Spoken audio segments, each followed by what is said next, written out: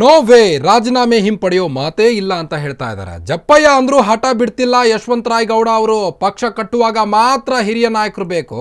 ಎಂಥ ಒಂದು ಸಂಪುಟ ವಿಸ್ತರಣೆಯಲ್ಲಿ ನನಗೆ ಮೋಸ ಆಗಿದೆ, ಸೊ ನನಗೆ ಬೇಡ. ಪಕ್ಷ ಕಟ್ಟುವಾಗ ಮಾತ್ರ ಹಿರಿಯ ನಾಯಕರು ಬೇಕು, ಅದೇ ನಮಗೆ ಅವಕಾಶ ನೀಡಬೇಕಾದ್ರೆ ನಾವು ಬೇಡ. ಜಪ್ಪಯ್ಯ ಅಂದ್ರೂ ಹಠ ಬಿಡ್ತಿಲ್ಲ ಈಗ ಯಶವಂತರಾಯ ಗೌಡ ಅವರು.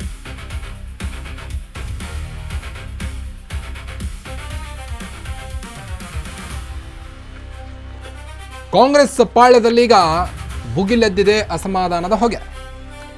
ನೋವೇ, ರಾಜೀನಾಮೆ ಹಿಂಪಡೆಯೋ ಮಾತೇ ಇಲ್ಲ ಅಂತ ಹೇಳ್ತಾ ಇದ್ದಾರೆ ಈಗ ಯಶವಂತರಾಯ ಗೌಡ ಅವರು. ಜಪ್ಪಯ್ಯ ಅಂದ್ರೂ ಹಠ ಬಿಡ್ತಿಲ್ಲ, ಪಕ್ಷ ಕಟ್ಟುವಾಗ ಮಾತ್ರ ಹಿರಿಯ ನಾಯಕರು ಬೇಕು, ಅದೇ ನಮಗೆ ಅವಕಾಶ ನೀಡಬೇಕಾದ್ರೆ ಯಾಕೆ ತಾರತಮ್ಯ ತೋರಿಸ್ತಾ ಇದ್ದೀರಿ?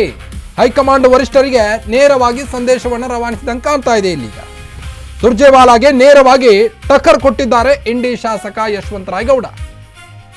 ಸುರ್ಜೇವಾಲಾಗೆ ನೇರವಾಗಿ ಟಕ್ಕರ್ ಕೊಟ್ಟಿದ್ದಾರೆ. 2 ಗಂಟೆಗಳ ಮನವೊಲಿಕೆಗೂ ಬಗ್ಗುತ್ತಿಲ್ಲ ಯಶವಂತರಾಯ ಗೌಡ ಪಾಟೀಲ್ ಅವರು. 40 ವರ್ಷ ಈ ಪಕ್ಷಕ್ಕಾಗಿ ದುಡಿದಿದ್ದೇವೆ, ಇನ್ನು ನಾನು ಸಹಿಸಲ್ಲ ಅಂತ ಆಕ್ರೋಶವನ್ನು ವ್ಯಕ್ತಪಡಿಸಿದ್ದಾರೆ. ಸುರ್ಜೇವಾಲಾಗೆ ಯಶವಂತರಾಯ ಗೌಡ ನೇರ ಟಕ್ಕರ್ ಕೊಟ್ಟಿದ್ದಾರೆ.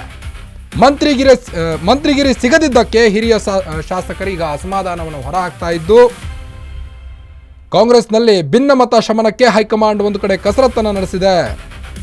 ಕೆಪಿಸಿಸಿ ಮಟ್ಟದಲ್ಲಿ ಮತ್ತೊಂದು ಸುತ್ತಿನ ಸಂಧಾನಕ್ಕೆ ಸಿದ್ಧತೆ ಕೂಡ ನಡೀತಾ ಇದೆ.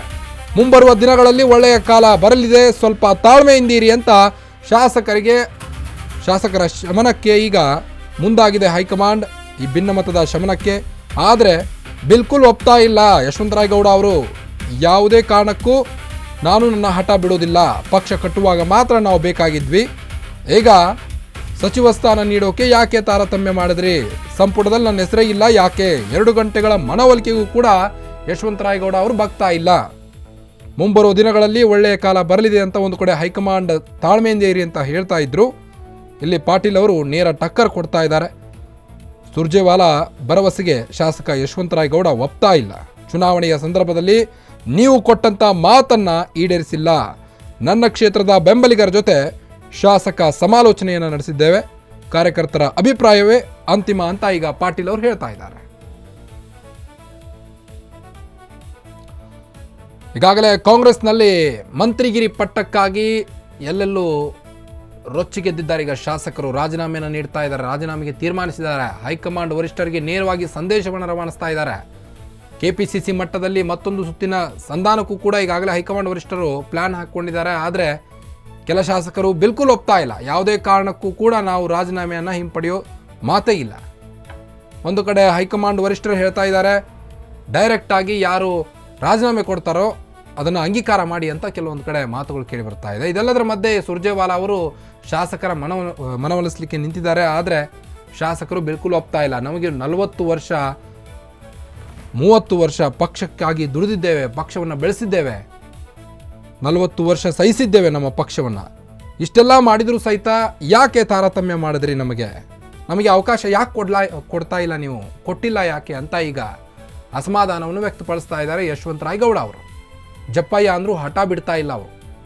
ಸುರ್ಜೇವಾಲಾ ಅವರು ತಾಳ್ಮೆಯಿಂದ ಇರಿ, ಮುಂದೆ ಎಲ್ಲ ಒಳ್ಳೆಯದಾಗುತ್ತೆ ಅಂತ ಎಷ್ಟೇ ಹೇಳಿದರೂ ಸಹಿತ 2 ಗಂಟೆಗಳ ಕಾಲ ಮನವೊಲಿಸಿದರೂ ಸಹಿತ ಬಿಲ್ಕುಲ್ ಒಪ್ತಾ ಇಲ್ಲ ಈಗ ಯಶವಂತರಾಯ ಗೌಡ ಅವರು. ಇಂಡಿ ಶಾಸಕ ಸುರ್ಜೇವಾಲಾಗೆ ನೇರವಾಗಿ ಟಕ್ಕರ್ ಕೊಡ್ತಾ ಇದ್ದಾರೆ. ಈಗ ರಾಜೀನಾಮೆಯನ್ನು ಹಿಂಪಡೆಯೋ ಮಾತೇ ಇಲ್ಲ, ನನ್ನ ಬೆಂಬಲಿಗರು ಏನು ಹೇಳ್ತಾರೋ ಅದೇ ಕೊನೆ ಅಂತ ಈಗ ಯಶವಂತರಾಯ ಗೌಡ ಅವರು ನೇರವಾಗಿ ಸಂದೇಶವನ್ನು ರವಾನಿಸಿದ್ದಾರೆ.